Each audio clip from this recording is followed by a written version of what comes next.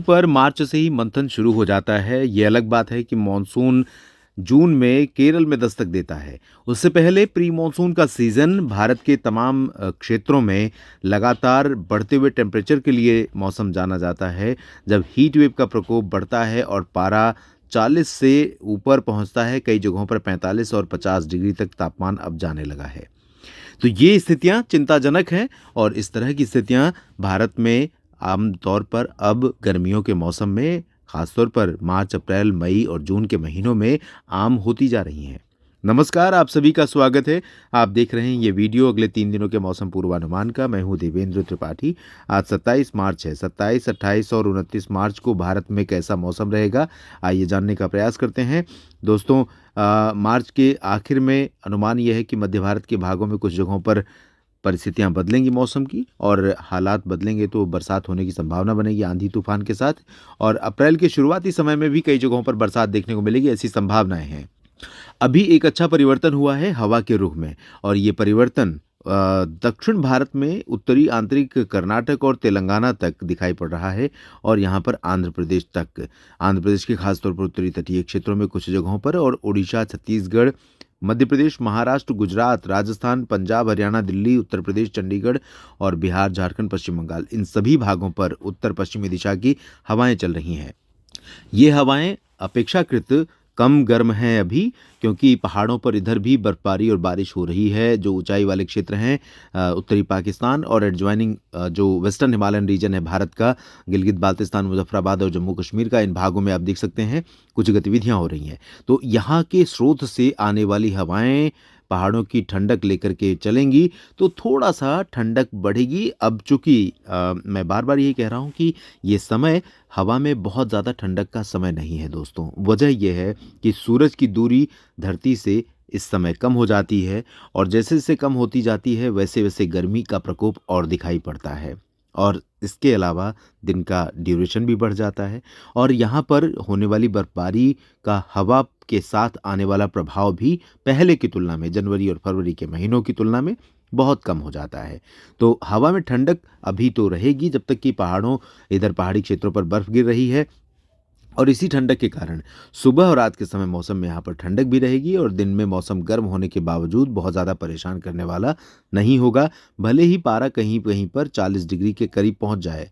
वजह यह है कि तापमान 40 डिग्री इसलिए पहुँच सकता है क्योंकि आसमान पूरी तरह से साफ रहेगा, धूप तेज़ होगी, और धूप मेन फैक्टर है तापमान को बढ़ाने का। लेकिन जब ह्यूमिडिटी एटमॉस्फेयर में, वायुमंडल में यहाँ पर नमी कम रहेगी, तो जो कंडीशन है, वेदर कंडीशन जो अनकंफर्ट या कंफर्ट का कारण बनती है, वो बेहतर रहेगी। तो और हवा में थोड़ी सी ठंडक रहेगी, तो कड़कती धूप है, कड़ाके की धूप है, वो होने के बाद भी आपको बहुत ज़्यादा परेशानी नहीं होगी। फिलहाल अगर बरसात की बात की जाए तो उत्तर भारत के जो पर्वतीय रीजन है, यहाँ पर जम्मू कश्मीर और गिलगित बाल्टिस्तान, मुजफ्फराबाद में तथा हिमाचल प्रदेश के कुछ भागों पर वर्षा और हिमपात की संभावना है।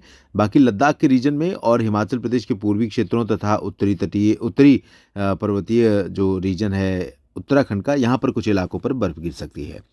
अरुणाचल प्रदेश और सिक्किम पर थोड़े बहुत बादल हैं, थोड़ी बहुत वर्षा भी हो सकती है। बाकी दक्षिण में केरल और कर्नाटक के दक्षिणी आंतरिक और तटीय क्षेत्रों पर तथा तमिलनाडु के कुछ एक इलाकों में हल्की वर्षा की संभावना दिखाई पड़ रही है। टेम्परेचर यहाँ पर बढ़ रहा है। यहाँ पर उड़ीसा से लेकर के आंध्र प्रदेश, तेलंगाना और तमिलनाडु के भागों पर, और आंध्र प्रदेश से लेकर तेलंगाना और तमिलनाडु, इन जगहों पर कुछ इलाके ऐसे हो सकते हैं जहाँ पर पारा हाई हो सकता है। अब अगले 24 घंटों के बाद क्या रहेगा मौसम का हाल, यानी 28 मार्च को, आइए जानते हैं। दोस्तों, 28 मार्च को आज जो हवा पश्चिमी क्षेत्र से आ रही है, वो कल अपना रुख थोड़ा सा परिवर्तित करेगी और इस तरह से उत्तर से चलेगी। तो ये उत्तर वाली हवाएं अपेक्षाकृत ज़्यादा ठंडी होती हैं, क्योंकि ये सीधे पहाड़ों से होकर आ रही हैं। तो जैसलमेर, बाड़मेर और जालौर, नागौर, सिरोही, राजसमंद और आसपास के भागों में कुछ जगहों पर हो सकता है कि तापमान में यहाँ गुजरात तक, कच्छ और सौराष्ट्र के भागों पर भी गिरावट देखने को मिले। उज्जैन, इंदौर, देवास, नीमच, रतलाम, धार, मंदसौर में भी पारा नीचे जा सकता है। इसके अलावा यहाँ पर मुंबई तक और इधर आप देख सकते हैं ओडिशा के उत्तरी क्षेत्रों तक, कोलकाता तक, ये पूरा का पूरा रीजन, यानी उत्तर भारत में पंजाब, हरियाणा, दिल्ली, उत्तर प्रदेश, बिहार, झारखंड, पश्चिम बंगाल और साथ ही साथ ओडिशा, छत्तीसगढ़, इन सभी जगहों पर आप देख सकते हैं हवा उत्तर की रहेगी, कहीं न कहीं, कहीं प्रत्यक्ष तो कहीं थोड़ा सा अपना रास्ता बदल करके। तो इस तरह से परिस्थितियां जब बदल रही हैं तो कल भी यहाँ पर इन सभी भागों पर सुबह और रात का समय मौसम ठंडक वाला होगा, काफ़ी अच्छा रहेगा, सुहावना रहेगा। दिन में गर्मी होगी टेम्परेचर बढ़ने के कारण, और आंध्र प्रदेश, तेलंगाना तथा तमिलनाडु के भागों पर पारा बढ़ सकता है। हीट वेव का प्रकोप इसी रीजन पर नजर आ सकता है। पूर्वोत्तर में अरुणाचल प्रदेश में अच्छी खासी बारिश हो सकती है। असम, मेघालय, नागालैंड, मणिपुर, मिजोरम, त्रिपुरा, सिक्किम में बारिश की उम्मीदें नहीं है। और यहाँ उत्तर भारत के जो पर्वतीय क्षेत्र हैं, गिलगित बाल्तिस्तान, मुजफ्फराबाद या लद्दाख, जम्मू कश्मीर, हिमाचल, इन भागों में लाइट रेन की संभावना है। और दक्षिण भारत में सिर्फ केरल में बारिश की उम्मीदें हैं, बाकी जगहों पर फिलहाल अभी चांसेस बारिश के नहीं नजर आ रहे हैं।